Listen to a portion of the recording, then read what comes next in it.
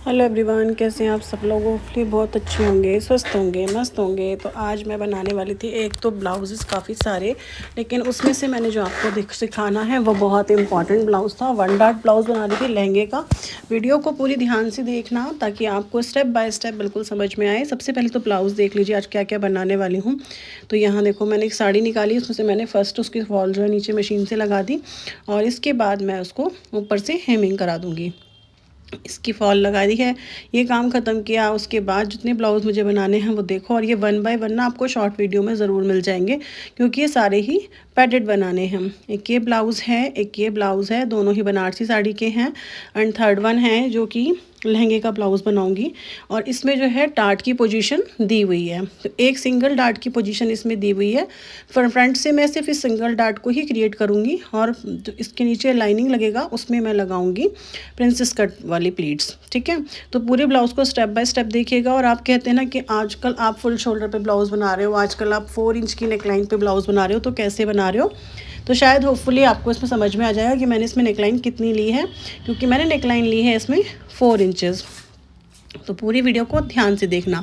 सबसे पहले इसमें लाइक्रा पेस्टिंग मैंने पेस्ट कर दी है, जिससे फैब्रिक की थिकनेस बहुत ज़्यादा हो जाएगी। और बिलीव करें कि लाइक्रा फ्यूजिंग जब आप लगाते हो ना, तो उसके बाद जो ब्लाउज़ की फिनिशिंग आती है वो बहुत ही अल्टीमेट होती है। आपका प्रॉपर बुटीक स्टाइल, नॉर्मल एक कहने के लिए नहीं, बिल्कुल प्रॉपर जो एक हाई बुटीक होता है ना, हाईली, उसका वाला ब्लाउज़ आपका जो है वो रिकमेंड करेंगे, बहुत ही अच्छा तैयार होता है। तो मैंने सारी लाइक्रा फ्यूजिंग जो है लगा दी है। और ये लगाई है मैंने जिसके साथ क्रेप मटेरियल आता है ना फैब्रिक का लहंगे के साथ, उस पर मैंने अटैच किया।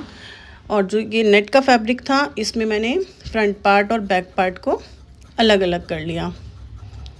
आपके पास भी ऐसे बहुत सारे ब्लाउज़ आते होंगे। और इसमें देखो फ्रंट पार्ट में एक प्लीट है, बैक में कोई प्लीट नहीं है। इसको बैक से भी मैंने 2 टुकड़ों में अलग अलग कर लिया, क्योंकि इसमें क्या किया था मैंने, जो इसका नेकलाइन था उसको शोल्डर की साइड मैंने इसको पेस्ट किया है। अब देखना स्टेप बाय स्टेप कैसे पेस्ट किया है, क्योंकि नेकलाइन बहुत छोटी थी और 6-6.5 इंच की नेकलाइन कस्टमर को नहीं पहननी थी, तो फिर इसलिए मैंने इसको कर दिया शोल्डर की साइड पेस्ट। आप शिफ्टिंग भी बोल सकते हैं, मैं पेस्ट बोल रही हूँ। शोल्डर साइड में मैंने इसको शिफ्ट किया।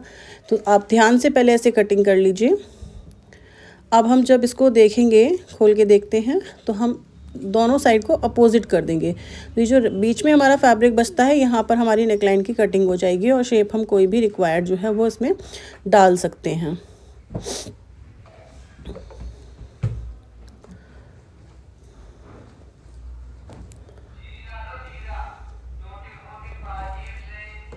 अब हम करेंगे सबसे पहले अस्तर पे कटिंग। तो हमने अस्तर लिया है, वो है कॉटन का। सबसे पहले अस्तर को प्रेस कर लीजिए, अच्छे से सारे रिंकल्स आप निकाल दीजिए।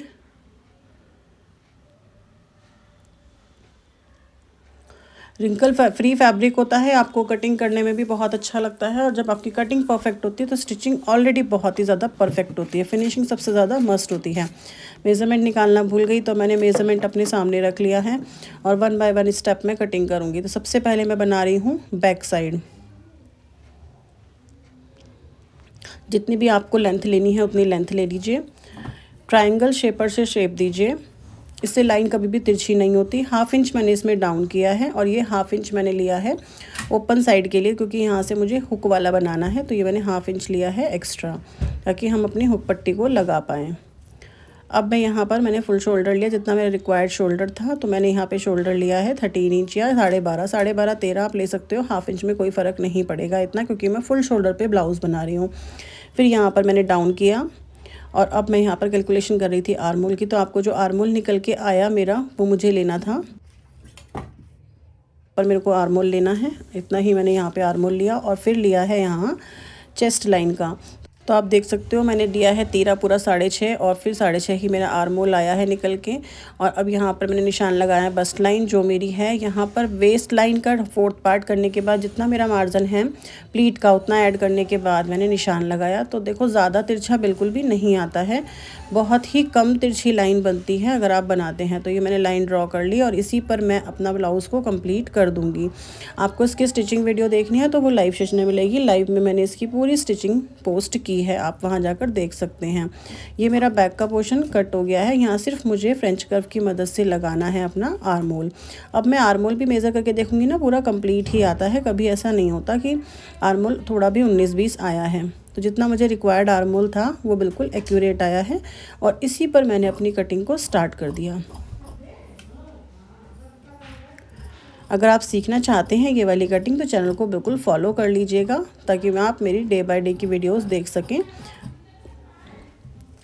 जितना मार्जिन आपको चाहिए उतना मार्जिन आप इसमें ऐड करेंगे और कट कर देंगे।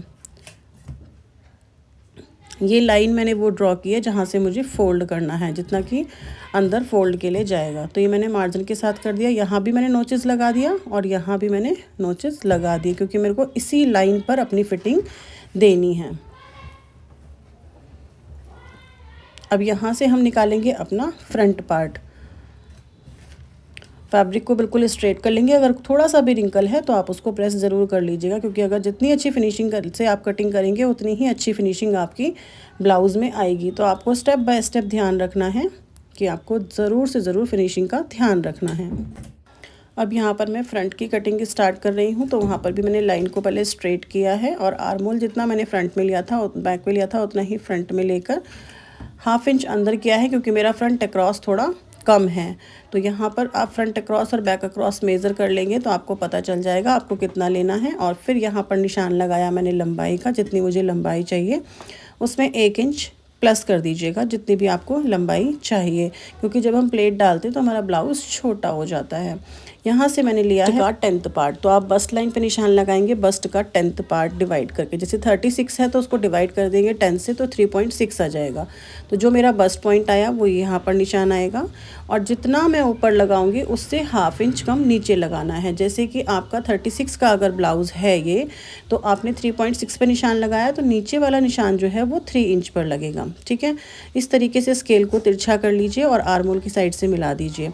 ये प्लीट का निशान लगाया मैंने 2 इंच का,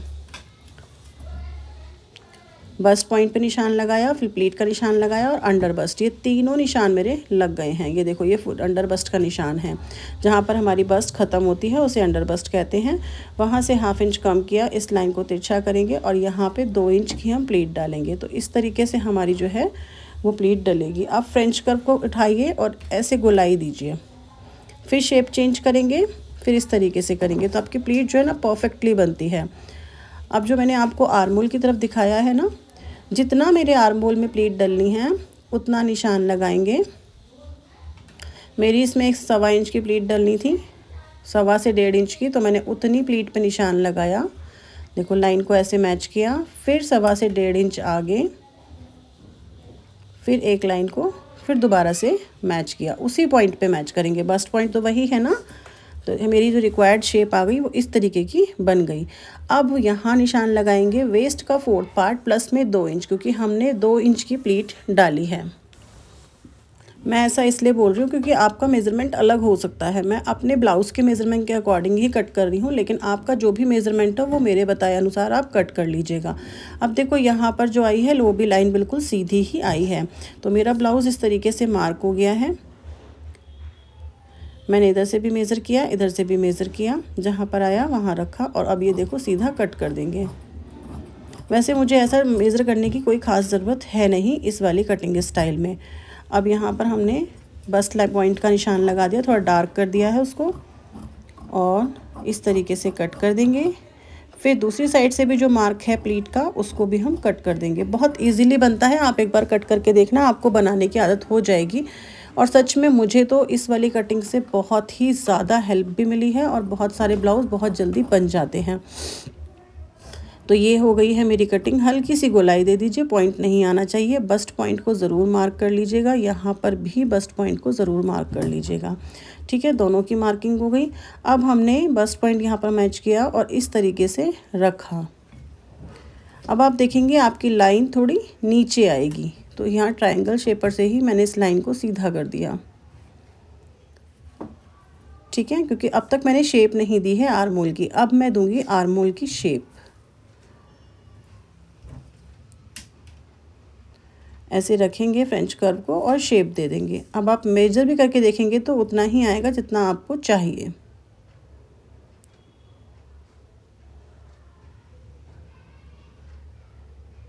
ऐसे आप बस लाइन मेज़र कर लीजिए, जहाँ पर आपकी रिक्वायर्ड है वहाँ पर निशान लगाइए और लाइन को स्ट्रेट कर लीजिए। इसी लाइन पर आप अपने ब्लाउज़ को स्टिच कर सकते हैं। आपकी बिल्कुल परफेक्ट शेप आएगी, और बहुत ही परफेक्ट तो बहुत कम वर्ड है, बहुत ही अच्छी शेप आएगी। आप खुद से देखकर यकीन नहीं कर पाएंगे कि ब्लाउज़ आपने ही बनाया है। आप एक बार ट्राई ज़रूर करके देखिएगा ये वाली ट्रिक।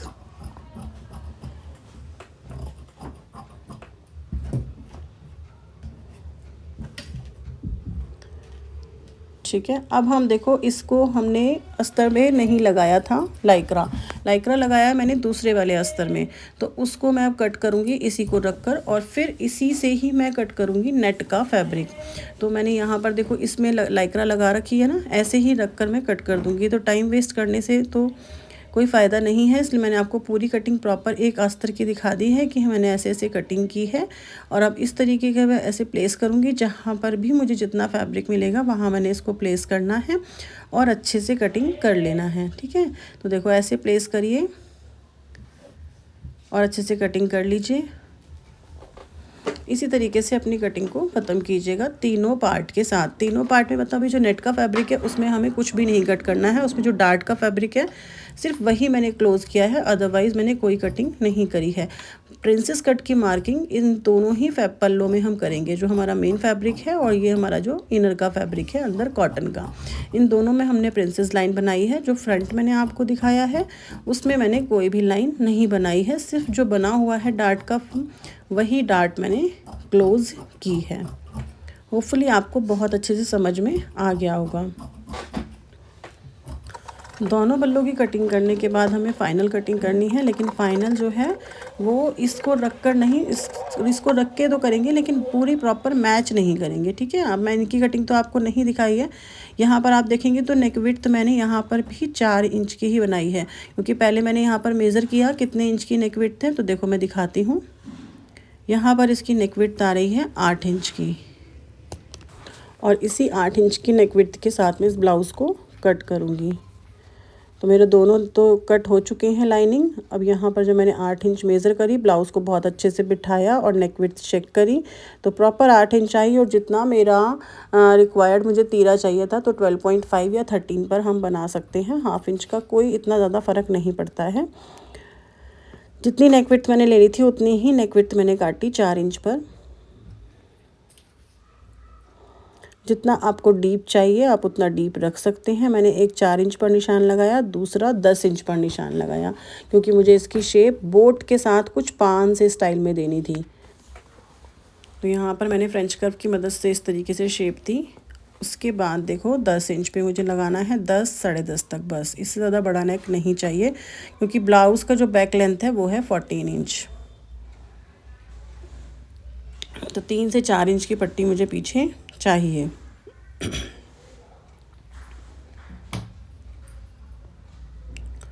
यहाँ पर मैंने ये भी चौड़ाई 4 इंच की ही ली है, और फिर इसको स्केल की मदद से तिरछा ऐसे जॉइन कर देंगे। पहले निशान लगाएंगे फ्रेंच कर्व से थोड़ा सा तिरछा, स्लाइटली तिरछा चाहिए। ऐसे निशान लगाया तो मैंने चेक करके देखा 2-3 बार, तो मुझे ये वाली शेप जो है वो ठीक लगी। मैंने कई तरीके से निशान लगाकर इसमें देखे थे, तो मैंने लिया है ये लेग शेपर, और उसकी मदद से मैंने देखो थोड़ा सा राउंड स्लाइटली आ जाएगा।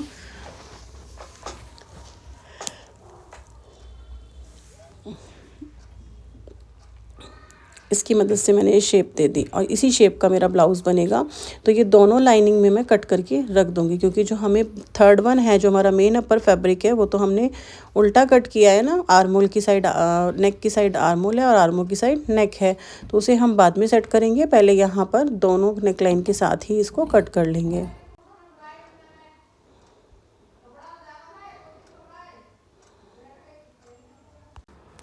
दोनों पल्लों की कटिंग हो गई है और नेक कुछ हमें इस तरह से दिखेगा। अब हम लेते हैं अपना मेन फैब्रिक। तो मेन फैब्रिक को देखो जो डार्ट है वो हमें क्या करनी है, स्टिच कर देनी है।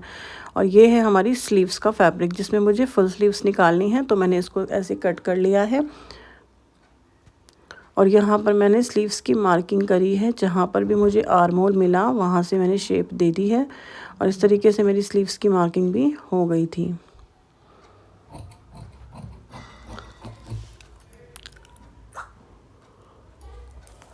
स्लीव्स की डिटेल्ड वीडियो मैं फिर कभी बनाऊंगी, क्योंकि यहाँ पर अभी नेट का फैब्रिक कंप्लीट भी नहीं है, तो मैंने इसको समझाना आपको स्किप कर दिया। जैसे मैंने पहले आपको बताई हैं आप वैसे ही अपनी स्लीव्स को कट कर सकते हैं, क्योंकि ये फैब्रिक मैं जोड़ूंगी बाद में जब हम मशीन पर पहुँचेंगे और ब्लाउज़ बनाएंगे। जो साइड से हमारा ऊपर से निकला नेट वही मैं जोड़ दूंगी नीचे की साइड।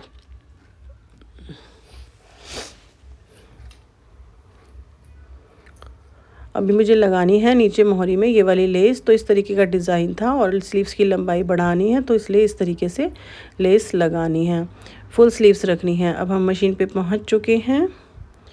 मैंने बैक पल्ले को देखो इस तरीके से प्लेस किया है, नीचे से मैंने अच्छे से उसे जॉइंट कर लेंगे।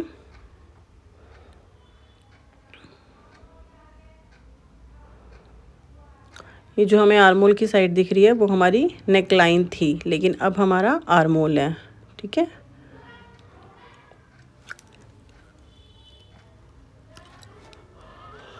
अगर आपका भी नेकलाइन छोटा है तो आप इसे इस तरीके से प्लेस कर कर अपने गले को, जो भी नेक वाली एम्ब्रॉयडरी है उसको यूज़ में ला सकते हैं और बहुत ही सुंदर दिखता भी है। अभी पूरे ब्लाउज़ को आप पहले ऐसे शेप पे अच्छे से बना दीजिए और फिर इसको ऐसे ही पलट लेंगे, क्योंकि हमने इसमें पेस्टिंग बीच में डाल दी है, तो इसलिए इसमें एक्स्ट्रा पेस्टिंग की ज़रूरत बिल्कुल भी नहीं है। और जब आप इसकी फिनिशिंग करेंगे ना तो आपको पता भी नहीं लगेगा ऐसे कि आपने एक्स्ट्रा पेस्टिंग नहीं लगाई है, आपको लगेगा हाँ कि अच्छा ही है, क्योंकि इसमें पूरे ब्लाउज़ में पेस्टिंग ऑलरेडी लग गई है। पेपर फॉर्म बोल सकते हो, लाइक्रा फ्यूजिंग बोल सकते हो, पेस्टिंग बोल सकते हो। मैं एक नॉर्मल वर्ड यूज़ कर रही हूँ, पेस्टिंग लग चुकी है, ठीक है, बट मैंने लगाया क्या है, लाइक्रा फ्यूजिंग। जहाँ जहाँ पर मोती आए वहाँ वहाँ मैंने इस हथौड़े का काम लिया। कई बार मुझसे कस्टमर पूछते हैं आपकी मशीन पे ये क्यों मिलता है, तो मैं उनको यही बताती हूँ, भाई बहुत सारे आजकल मैं सीक्वेंस वाले गारमेंट सिल रही हूँ शादी के, तो इस वजह से मुझे ये रखना पड़ता है। अब जब आप इसे पलटेंगे तो आपको बिल्कुल फिनिश नज़र आएगा। देखो मैंने यहाँ पे पलट लिया है, यहाँ पर एक सिलाई लगा दूँगी बॉर्डर पे ताकि फैब्रिक जो है वो होल्ड हो जाए।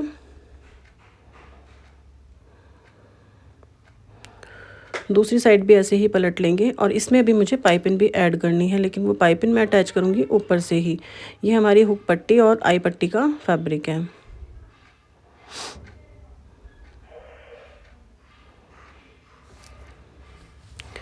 मैंने स्टिचिंग की और कटिंग की दोनों ही वीडियो आपको बहुत ही स्लो स्पीड में देने की कोशिश करी है ताकि आपको पूरी समझ में आए, और स्टिचिंग की वीडियो आप इसकी लाइव जाकर ज़रूर देखिएगा। अब यहाँ पर मैं बना रही हूँ पाइपिंग, जो कि मुझे बैक नेक में लगानी है। तो यहाँ मैंने गोल्डन फैब्रिक से इसकी पाइपिंग बना ली है सिंगल बूट की मदद से। एक्स्ट्रा फैब्रिक को कट करेंगे।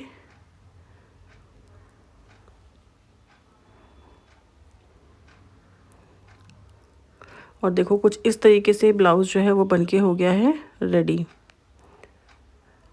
ये स्लीव्स का फैब्रिक है, स्लीव्स में मैंने लगाई थी लेस, और पूरी स्टिचिंग वीडियो डिटेल्ड एकदम वन वन एक सिंगल स्टेप के साथ भी आप लाइव में देख सकते हैं, क्योंकि लाइव में तो मैंने वीडियो की कोई एडिटिंग नहीं की है। बीच में लगाया है मैंने यहाँ पर नीचे की साइड में मोती वाली लेस, वो भी सिर्फ इतनी ही बची थी अब लास्ट में, क्योंकि दुपट्टे में लग चुकी थी। तो मोती वाली लेस के साथ और ये दोनों लेस को जोड़ने के बाद मैंने स्लीव्स की लेंथ जो है वो बढ़ा ली थी।